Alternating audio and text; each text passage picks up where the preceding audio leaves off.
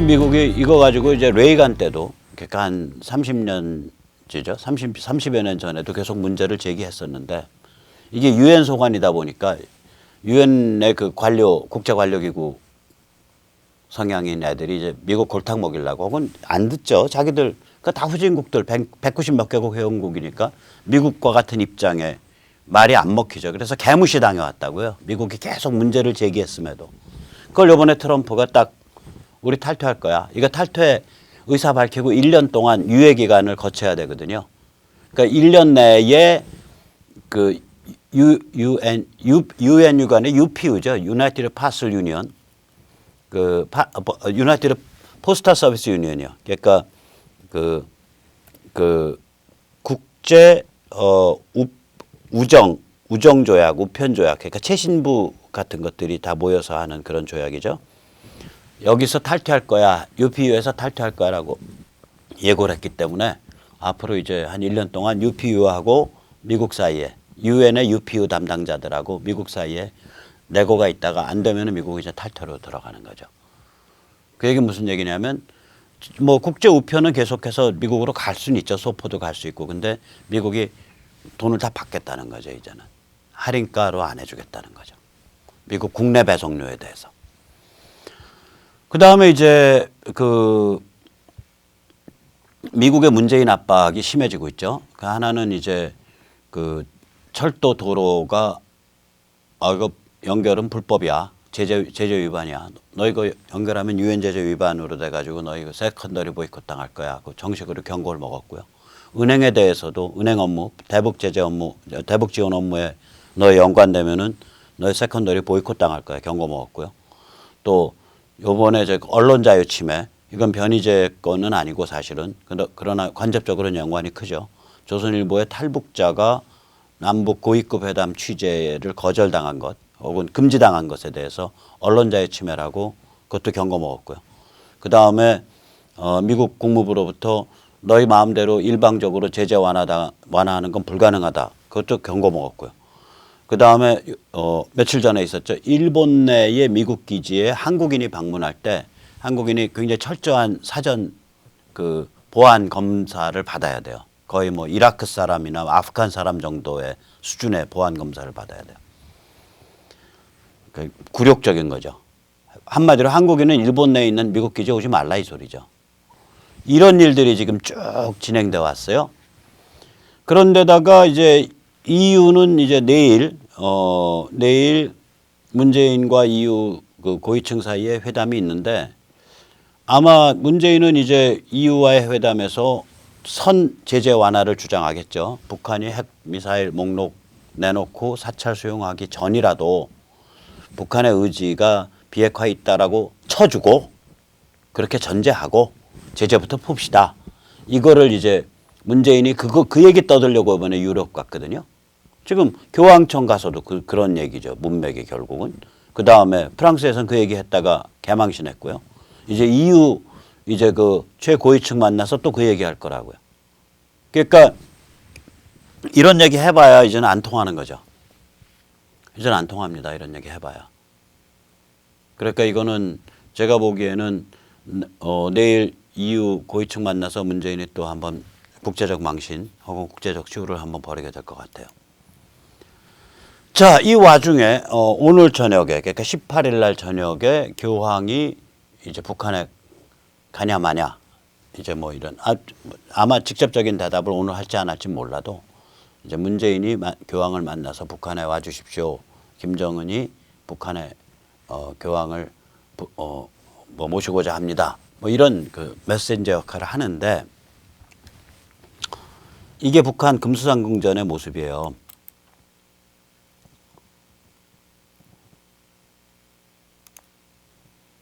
무슨 아즈텍 신전 같잖아요. 보시면 이 건축물의 양식과 느낌이 이 안에 엄청나게 중요한 북한에서 제일 중요한 물건이 두 점 들어있죠. 하나는 김일성의 미라고 하나는 김정일의 미라고. 이게 뭐냐고요? 이게 뭐 사교 체제가 아니라고요? 송영길 의원은. 아니 이거가 보여주잖아. 이게 이런 건물을 짓고 이런 짓을 하는 게 사교체제가 아니면 뭐냐고요. 이거 아즈텍 무슨 신전 같잖아요, 느낌이. 자, 이런 인류 최악의 사교체제에 교황이 간다? 거기다가 원래 교황은요, 교황의 방문은 목자로서의 방문이에요. 페스토럴 비지트예요. 그러니까 신도, 수사, 신부가 있는 지역에만 가요, 교황은. 근데 북한에 신도, 수사, 신부가 없잖아요. 그러면 제가 보기에는 이거는 솔직히 말하면 교황이 만약에 방북을 하기로 결정한다면 이건 카톨릭의 파산이에요. 카톨릭 다 죽은 거예요, 이걸로써. 다 죽는 거예요. 슬픈 일인데 다 죽는 겁니다. 우리나라 카톨릭이 저기 경기도 광주에 있는 천지남에 모여서 스스로 몇 사람이 성경을 공부하면서 시작을 했는데 아마 그 한문으로 돼 있는 중역본 성경이었겠죠. 그러니까 저쪽에 저기 신부가 선교를 하기 오기 전에 이쪽에서 먼저 시작을 했거든요. 그래서 경기도 광주, 여주, 이천 여기가 그 카톨릭이 아주 아성입니다. 그 뿌리가 깊고 그래서 남한강 수계를 타고 올라가서 제천까지. 그래 그 카톨릭에서 제일 그 좋은 그 베론 성지 여기도 보면은 그 원주 제천 사이에 있잖아요. 이게 카톨릭이 처음에 뿌리 내린 벨트거든요, 여기가. 그리고 이제 전 세계에서 가장 많은 순교자를 배출을 했고 한 6천 명, 8천 명의 그 카톨릭이 이제 교황이 한 수 잘못 둠으로써 죽어가는 거예요. 특히 이게 최근에 동방정교가 보여주고 있는 그 눈부신 원칙적 조치와 이게 대비가 될 거라고요, 앞으로. 동방정교 요새 굉장히 좋은 조치를 취하고 있어요. 동방정교라 그러면 이스턴 오소독스 처치죠. 원래는 로만 카톨릭하고 한 몸뚱이였었어요. 한 1000년 전까지는. 11세기에 교황의 권한을 둘러싸고 로만 카톨릭과 동방정교가 갈라져요. 그러니까 동방정교는 교황이 없어요. 동방정교는 이제 교구죠. 전 세계 한 14개 교구를 정교회라고 부르는데 오토세팔러스, 이 콘스탄티노플 오토세팔러스가 제일 권위가 있는 오토세팔러스예요. 규모와 상관없이. 비잔티움이죠. 옛날 용어로. 그래서 콘스탄티노플 오토세팔러스의 대주교가 이 14개 오토세팔러스의 주교들이 모이는 그 회의를 주관해요. 교황이 따로 있는 게 아니라. 그러면 이 14개의 교구, 즉 정교회 중에 제일 큰 데는 어디냐? 러시아 정교회예요. 근데 러시아 정교회의 절반 가까이가 우크라이나 정교회예요. 근데 사이즈는 절반인데 실제로 열심히 나와서 기도하고 신심이 깊은 사람의 비율로 보면 우크라이나 정교회가 훨씬 높아요. 러시아 정교회보다. 우크라이나 사람들이 신앙을 공산체제 아래서도 유지를 한 거예요. 근데 최근에 이제 우크라이나를 러시아가 윽박지르니까 우크라이나 사람들이 러시아로부터 완전히 멀어졌잖아요. 특히 옛날에 1930년대 초반에 스탈린이 우크라이나 농민 300만을 일부러 굶겨 죽인 사건이 있었거든요. 그런 역사들이 다시 다 리바이벌 되고 다시 다 얘기되고 이러면서 우크라이나와 러시아 사이는 굉장히 안 좋아요. 근데 그래서 우크라이나 사람들이 우크라이나 정교회를 러시아 정교회로부터 분리 독립시키는 걸 굉장히 원해왔다고요.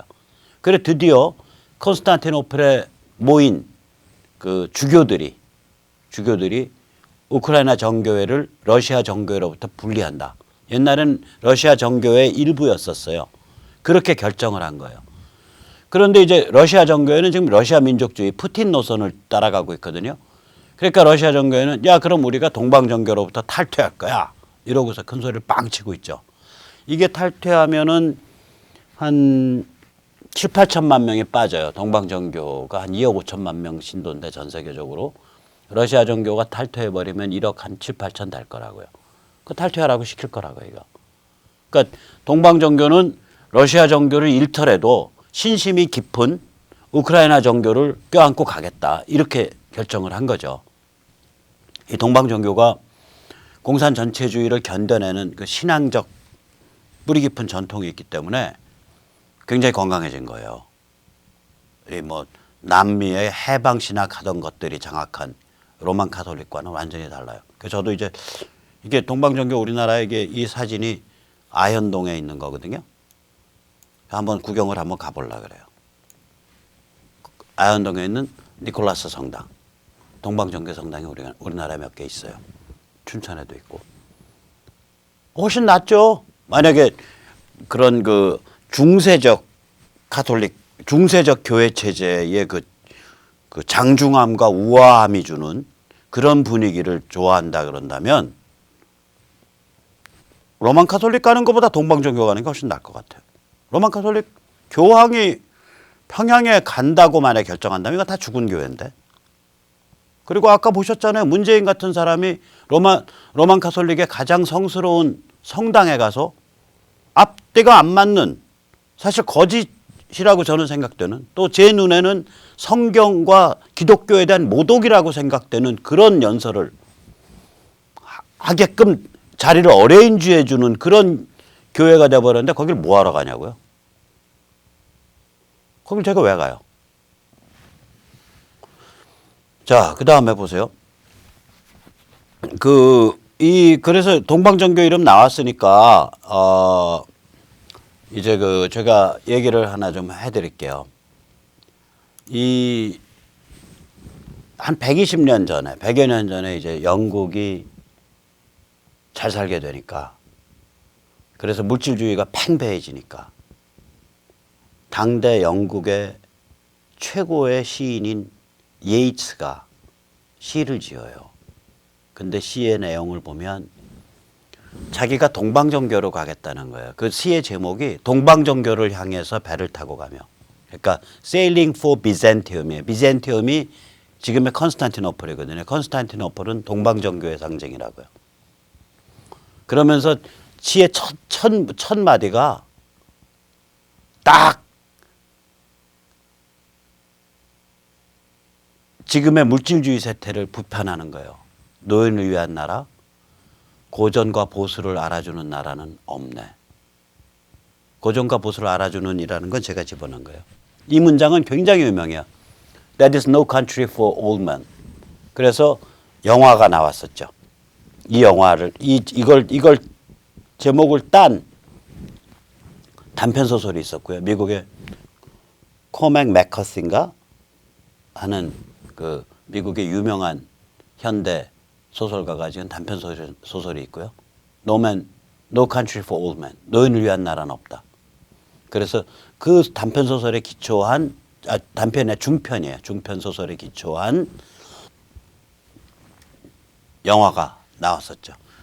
뭐 그렇게 많이 크게 히트는 못 쳤어요. 그 시를 보시면 첫 대목은 이게 첫 대목인데 좀 시가 길어요. 첫 대목만 일단 보면 첫 대목은 물질주의 문명에 대한 비판이죠. 노인을 위한 나라, 고전과 보수를 알아주는 나라는 없네. 젊은 것들은 노상 서로 껴안아 섹스하고 불과 몇 년 못 사는 새조차 오직 삶에 취해 지적이고 연어가 거슬러 오르는 폭포, 고등어가 버글대는 바다, 새끼 베개하고 태어나고 죽는 모든 것들, 물고기, 짐승, 새, 여름 내내 오직 비릿한 생명으로 몸부림칠 뿐이네. 관능에 취한 채 천년을 가는 지혜에는 콧방귀 낄 뿐이네. 이게 처음에 물질주의에 대한 딱 비판이라고요. 우리가 이제 틀딱 소리 듣잖아요. 태극기 부대는 뭐 사교 집단이 이런 경멸과 모함을 받잖아요. 우리 사회가 물질주의에 취해 있어서 그래요. 근데 이거는 세대의 문제가 아니고 그 물질주의는 우리가 1980년대 그때부터 너무 잘 사는 것만 자기 통장에 찍힌 돈, 아파트 평수, 자동차 모델, 아이들의 학벌 이런 것만 신경 쓰고 사회가 어떻게 엮여서 돌아가야 되는가 그 원칙과 그 가치에 대해서 고민을 안 했기 때문에 한 30년 지나니까 이 꼴이 된 거죠. 그래서 노인을 위한 나라는 없네. 이런 꼴이 됐습니다. 자, 이런 꼴이 되니까 이 시의 제목이 동방정교를 향해서예요. Sailing for Byzantium. 이 시의 마지막은 이런 물질주의가 팽배한 세상에서 내가 무슨 결심을 하는가를 읊는 부분이에요. 죽음을 지나 자연을 벗어난 다음엔 결코 이승의 몸뚱이 아리에 다시 갇히는 일 없으리. 권태에 찌든 동로마 황제를 깨우기 위해 그리스 세공사들이 만들었던 순금의 형상, 혹은 콘스탄티노폴 상류층들에게 들려주는 이미 지나간 것, 지나가고 있는 것, 앞으로 닥칠 것에 대한 노래를 위한 순금 악기의 형상, 그런 형상으로 다시 태어나리. 오 지옥의 불길이여, 나를 정화하여 그 순금으로 만들어 주소서. 그러니까 물질주의에 취하는 일이 없이 오직 천년을 갈 수 있는 가치와 원칙을 벼려내는 것에 나를 바치겠다, 이 얘기예요. 이게 그 상징을, 이러한 결심의 상징을 동방정교회로 걸은 거예요. 예이츠가. 이 사람 다 아일랜드 출신이니까 카톨릭이겠죠. 그러니까 물질주의에 취해서 그냥 사회가 원칙 없이 돌아가는 것 같으니까 내가 어디로 가서 나의 이러한 정신주의죠, 나의 원칙과 가치에 관한 그 영감을 내가 어디서 받을 수 있을까, 이 고민을 하면서 시 제목을 딱 동방정교를 향하여 Sailing for Byzantium이라고 달았어요. 가톨릭 신부, 수녀, 수사, 주교, 대주교, 여러분 한번 고민해 보세요.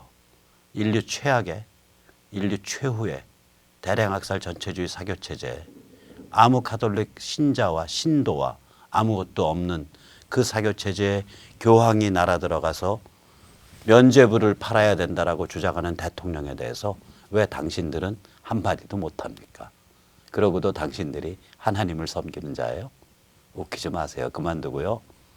나오셔가지고 리아카에 배추 담아서 끌고 다니면서 땀 흘려서 좀 먹고 살아보세요. 괜히 남의 신도들 호주머니에서 하나님 팔아서 돈 빼갖고 호의호직하지 마시고, 당신들은 경멸의 대상이 돼야지 숭배와 존경의 대상이 될 가치가 없습니다.